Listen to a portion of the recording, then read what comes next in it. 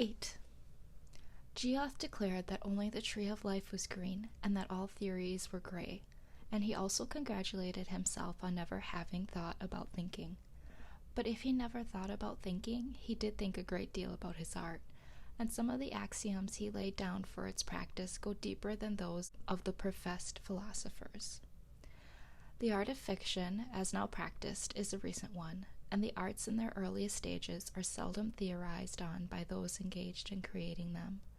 But as soon as they begin to take shape, their practitioners, or at least those of the number who happen to think as well as to create, perforce begin to ask themselves questions. Some may not have Geoff's gift for formulating the answers, even to themselves, but these answers will eventually be discoverable in an added firmness of construction and appropriateness of expression.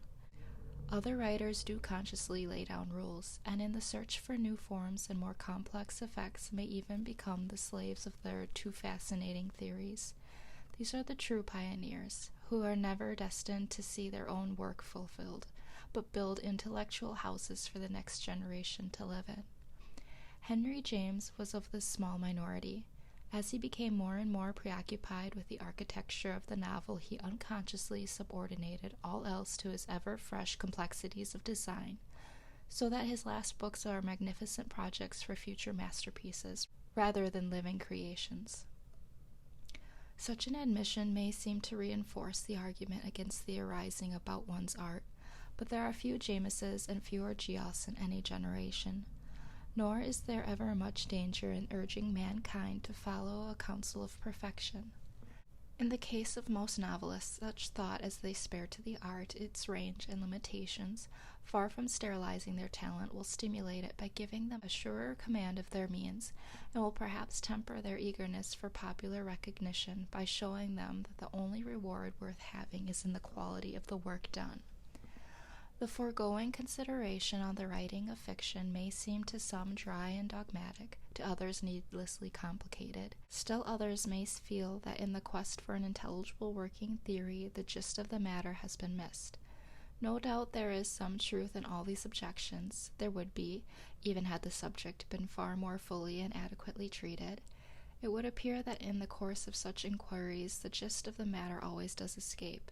Just as one thinks to cast a net over it, a clap of the wings, and it is laughing down on one from the topmost bough of the tree of life. Is all seeking vain, then? Is it useless to try for a clear view of the meaning and method of one's art? Surely not. If no art can be quite pent up in the rules deduced from it, neither can it fully realize itself unless those who practice it attempt to take its measure and reason out its processes. It is true that the gist of the matter always escapes, since it nests, the elusive, bright-winged thing, in that mysterious fourth-dimensional world which is the artist's inmost sanctuary, and on the threshold of which inquiry perforce must halt.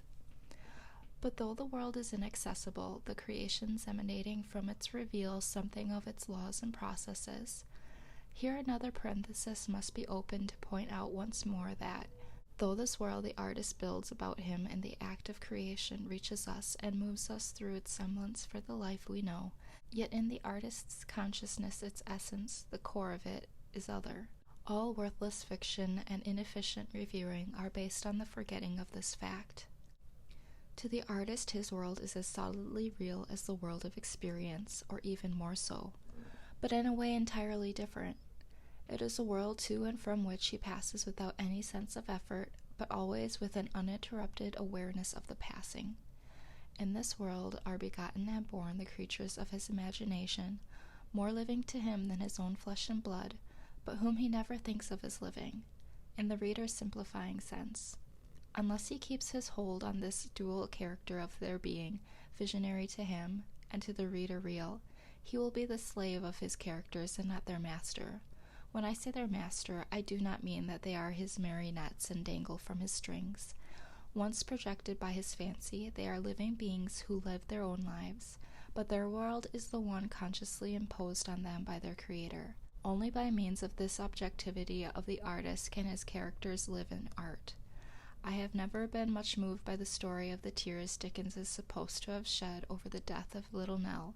That is, If they were real material tears, and not distilled from the milk of paradise, the business of the artist is to make weep and not to weep, to make laugh and not to laugh, and unless tears and laughter and flesh and blood are transmuted by him into the substance that art works in, they are nothing to his purpose or to ours. Yet to say this, though it seems the last word, is not all. The novelist to whom this magic word is not open has not even touched the borders of the art, and to its familiars the power of expression may seem innate. But it is not so. The creatures of the fourth-dimensional world are born as helpless as the human animal, and each time the artist passes from dream to execution, he will need to find the rules and formulas on the threshold.